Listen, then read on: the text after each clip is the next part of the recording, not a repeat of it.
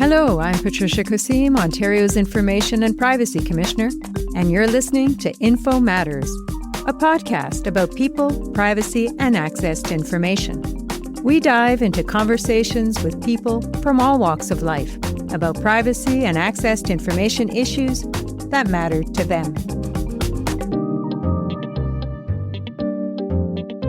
Welcome to Info Matters.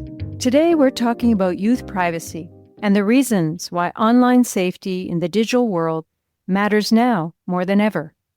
We'll discuss how some organizations use persuasive or even deceptive practices in the very design of their websites, their games or apps to influence children and youth behavior.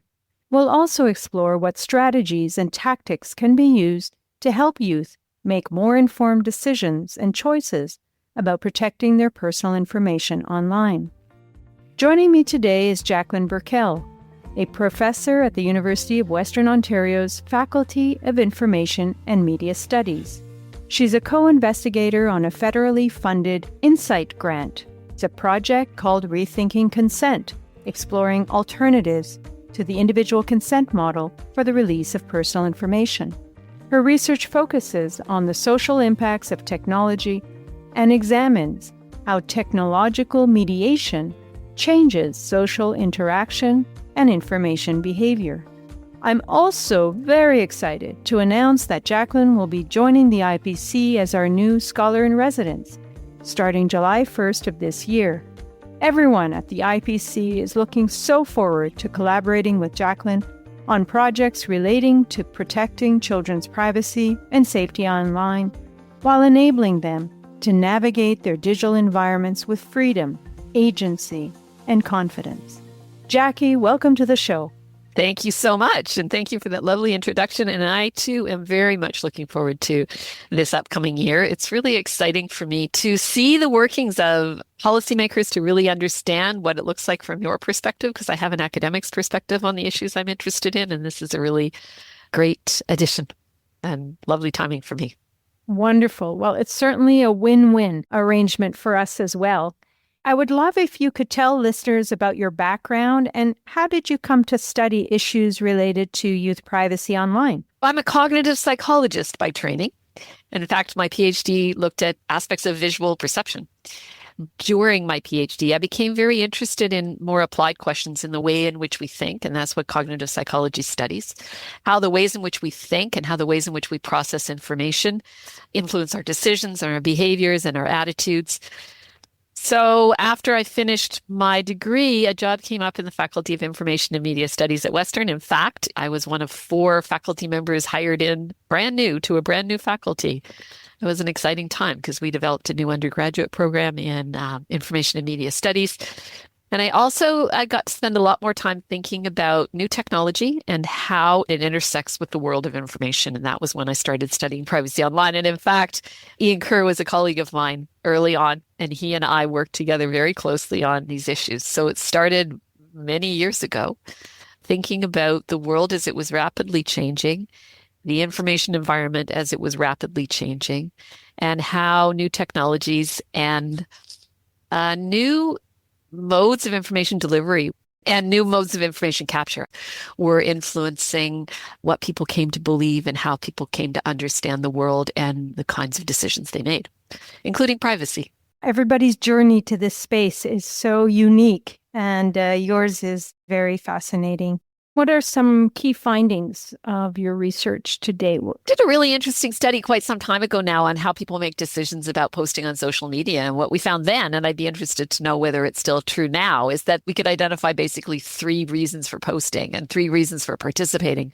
One was to have really close family relations. So it's me and my little group of friends, and I am interested in just communicating with them. It's like, I think about this as your mom.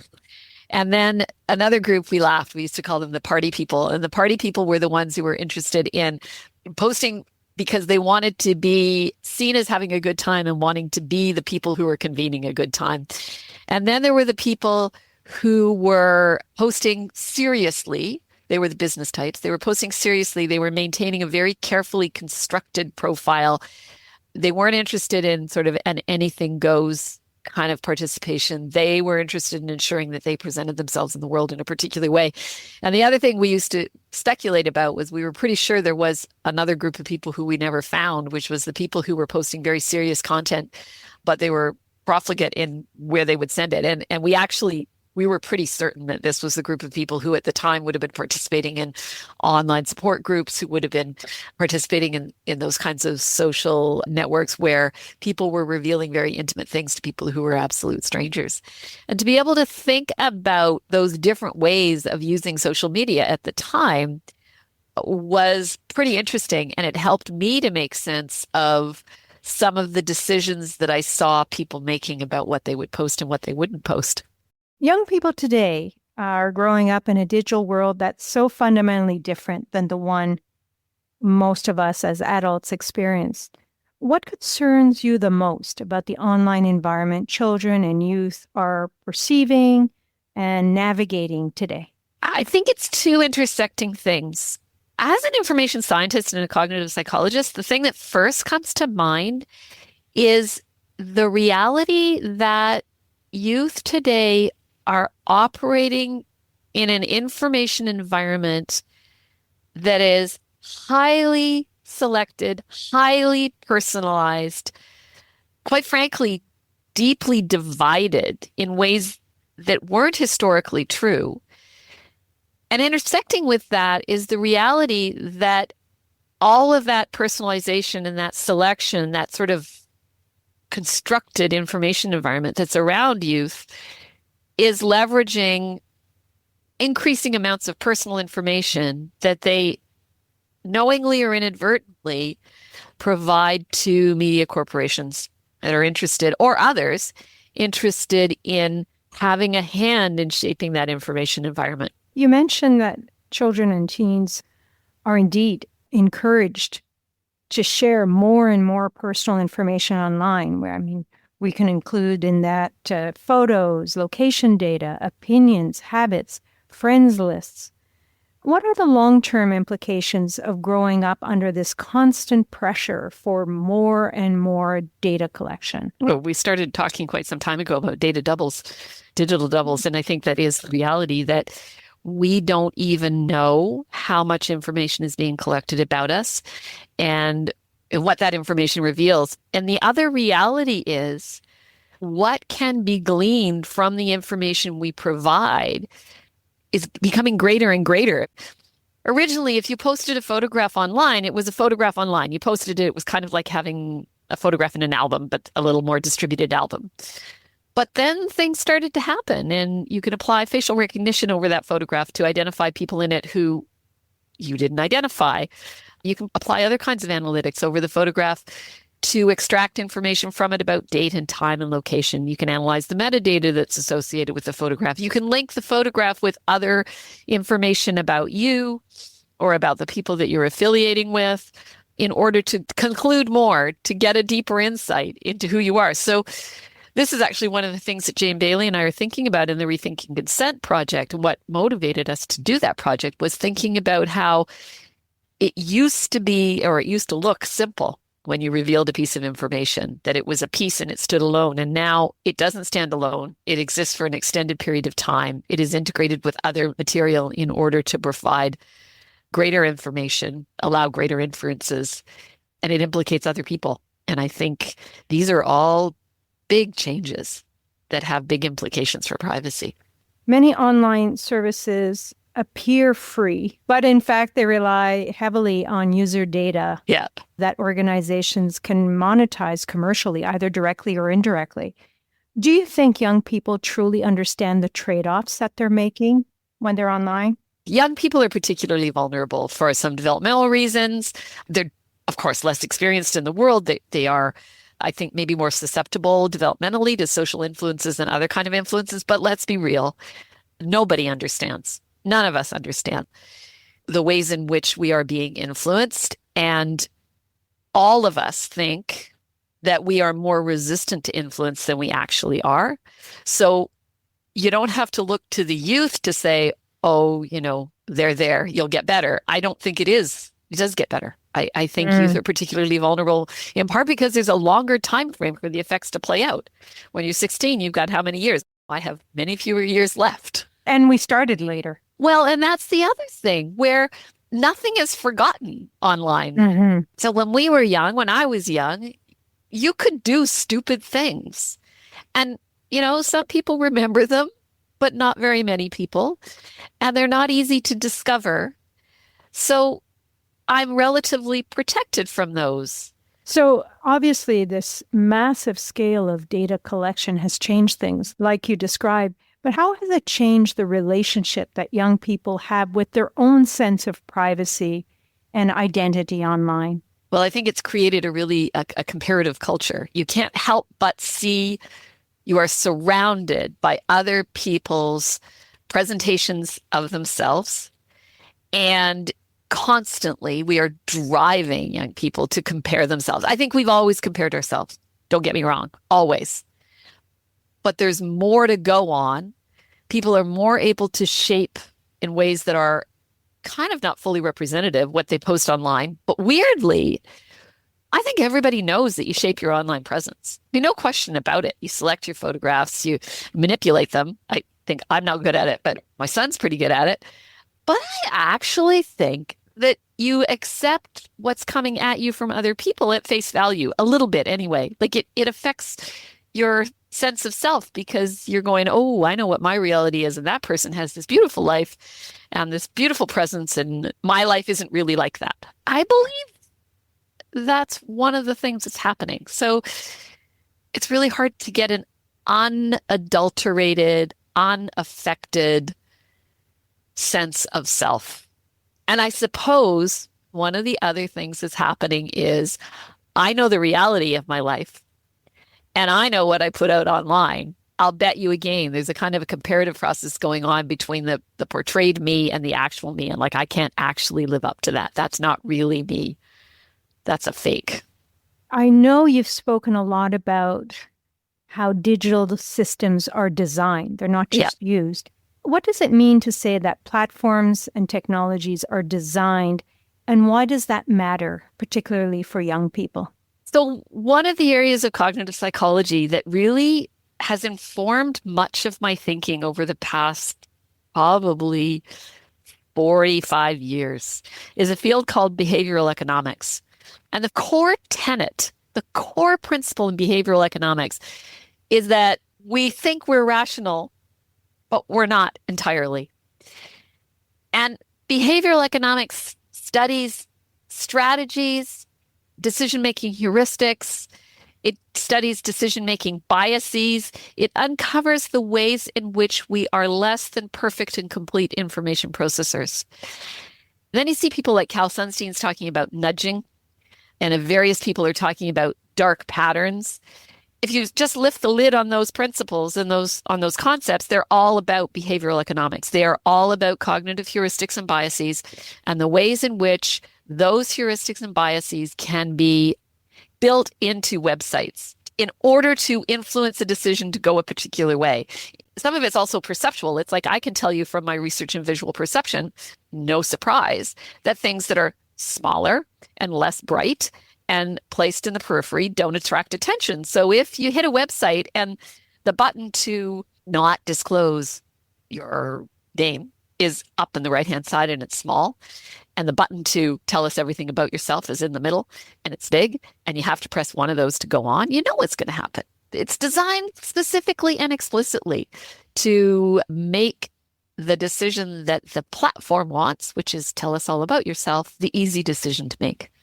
And we see this in many, many different ways. I think you know that as part of the Global Privacy Enforcement Network, data protection authorities around the world last year, including our office, participated in a global sweep of websites aimed at children, and in particular looked at deceptive design practices and uncovered lots of them and many interesting findings. So I'm very excited to having you join us and bringing your expertise in cognitive psychology to help us unpack all of those findings. But your research looks at the social impacts of technology examining how technological mediation changes social interaction and behavior, particularly among youth. Can you tell us a little bit more about what inspired that research and what are some of your findings to date?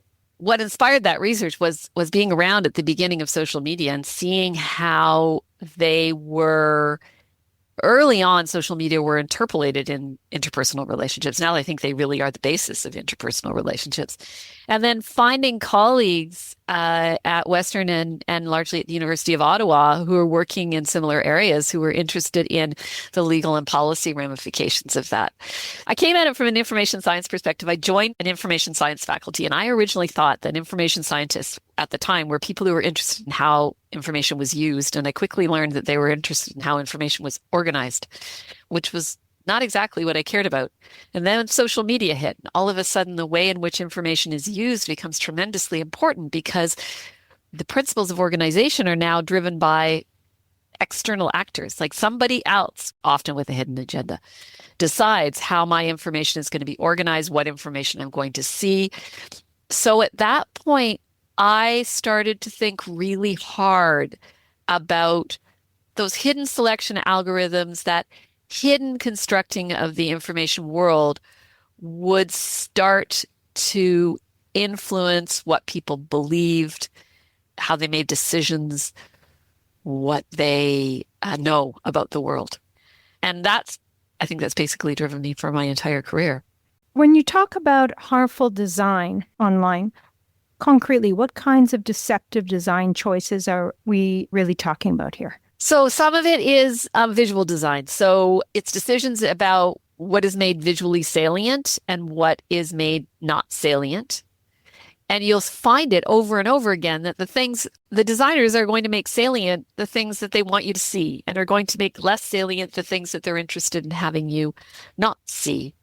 So pay attention to what's placed in the periphery. Pay attention to what's in muted colors as opposed to bright colors. Pay attention to what's large as opposed to small. And you'll find a regularity, and the regularity is pretty clear. It's like every time you're asked to make a choice, they will emphasize the things that they want you to focus on. We're also thinking too about the ways in which the information on the site is structured. So, for example, what's the default? And how do you make an alternative choice? How difficult is it to make an alternative choice?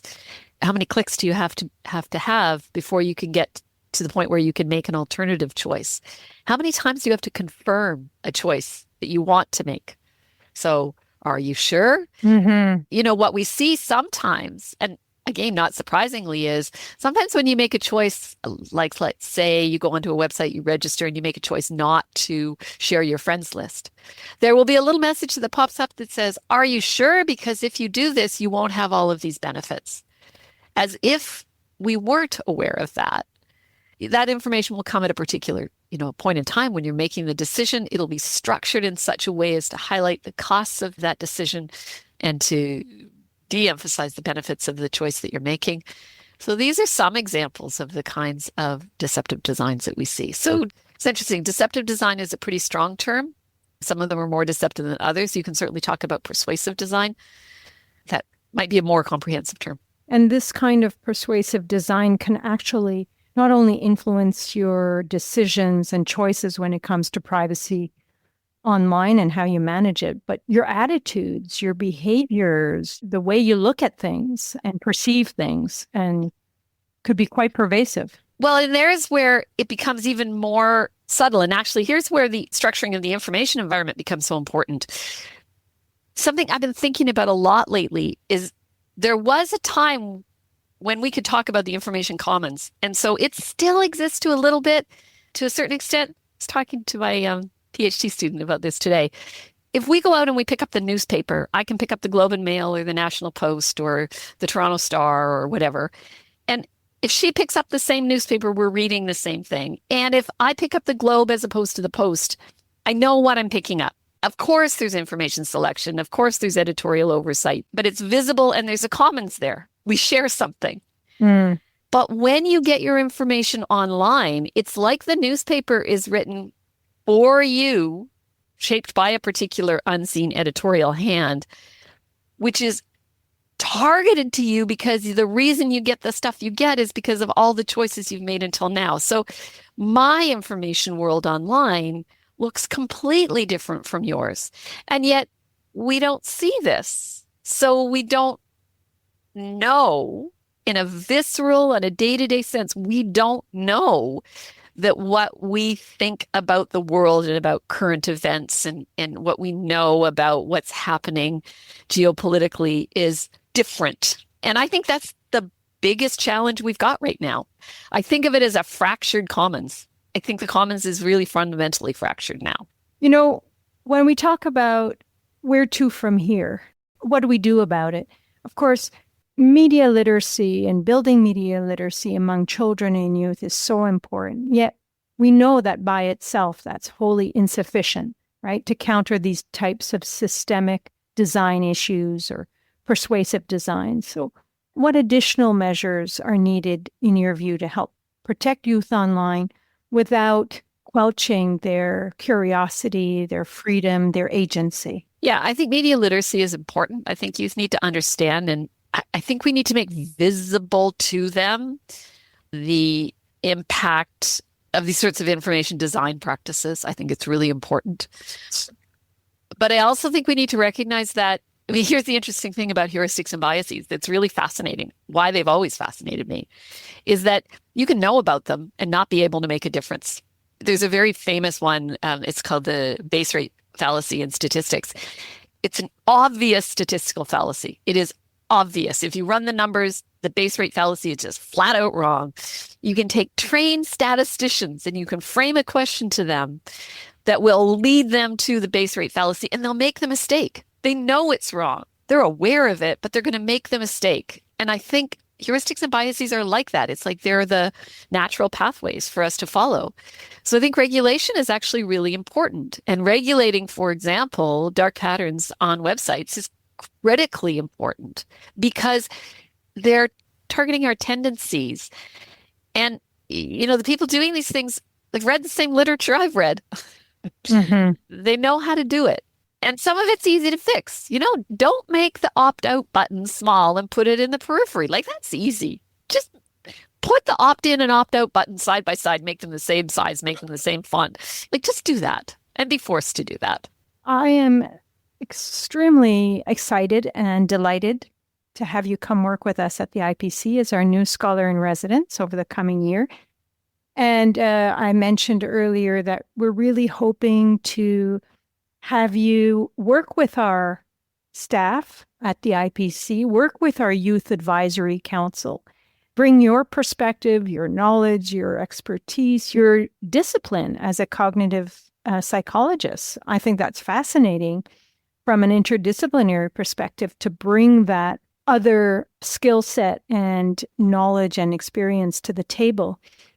What we do about persuasive design practices or the kinds of deceptive design practices we found during the GPEN sweep and we know are out there is certainly an exciting project that I'm hoping to explore with you during your time here, and our Youth Advisory Council members will have lots to say about that.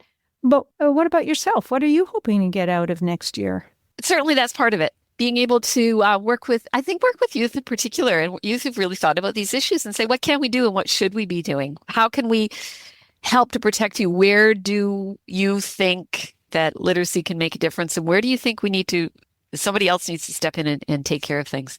So that's just furthering the kind of research interests that I have is really important to me.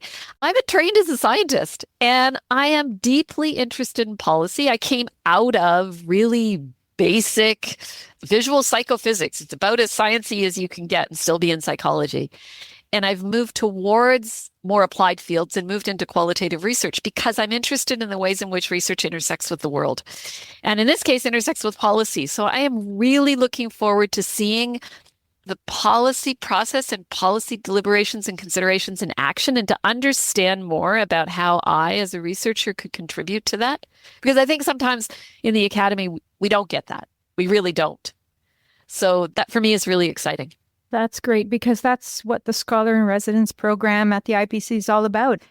Looking at those mutual benefits from both perspectives, both yourself and your experience interfacing with policymakers, but just as beneficial is our opportunity to, as I said, tap into your skill set as a cognitive psychologist and as a scientist, and have you work with our lawyers, our technology advisors, our policy advisors, our investigators, and just bringing a much more well-rounded perspective to the kinds of issues we're dealing with, and in particular, children and youth. So super excited. I know our Youth Advisory Council are excited as well. I think you had the opportunity to meet them recently, and you know how impressive they are, and just a wonderful cohort of bright young minds looking to make a difference. And I think next year working together is going to be a superb opportunity to have some positive impact. So thank you so much, Jackie, for joining me today and sharing your thoughts on these important issues. Yeah, really looking forward to our successful partnership as you start your new role as scholar in residence. Excellent. Yes. Well, it's been a pleasure. Thank you. Children and youth deserve the right to grow up in a safe digital world. It's a shared responsibility on all of us to ensure that we equip them with the knowledge, skills, and tools they need to make informed decisions when it comes to protecting their personal privacy online. Our Privacy Pursuit lesson plans and activity booklet help teach children in grades 2 through 8 about privacy risks online, how to protect their personal information, and how to build privacy empathy towards others. We're currently working on developing this activity booklet into an online game, which is super exciting. But that responsibility shouldn't rest with youth alone. That's why we've developed a digital privacy charter for Ontario schools, which includes 12 high-level commitments that we believe school administrators and school boards can and should make to demonstrate a strong public commitment to protecting students' digital privacy. We encourage school administrators to take the pledge and sign on to the charter. These and other resources, including our Youth Ambassador Toolkit for Privacy, are all available on our website at ipc.on.ca. And there's a link to them in the show notes. Well, that's it for today, folks. Thanks for tuning in. And until next time. I'm Patricia Kassim, Ontario's Information and Privacy Commissioner, and this has been the Info Matters podcast. If you enjoyed the show, leave us a rating or a review. If there's an access to information or privacy topic you'd like us to explore on a future episode, we'd love to hear from you. You can comment on our posts on Blue Sky and LinkedIn, or email your ideas to podcast@ipc.on.ca. Thanks for listening, and please join us again for more conversations about people, privacy, and access to information. If it matters to you, it matters to me.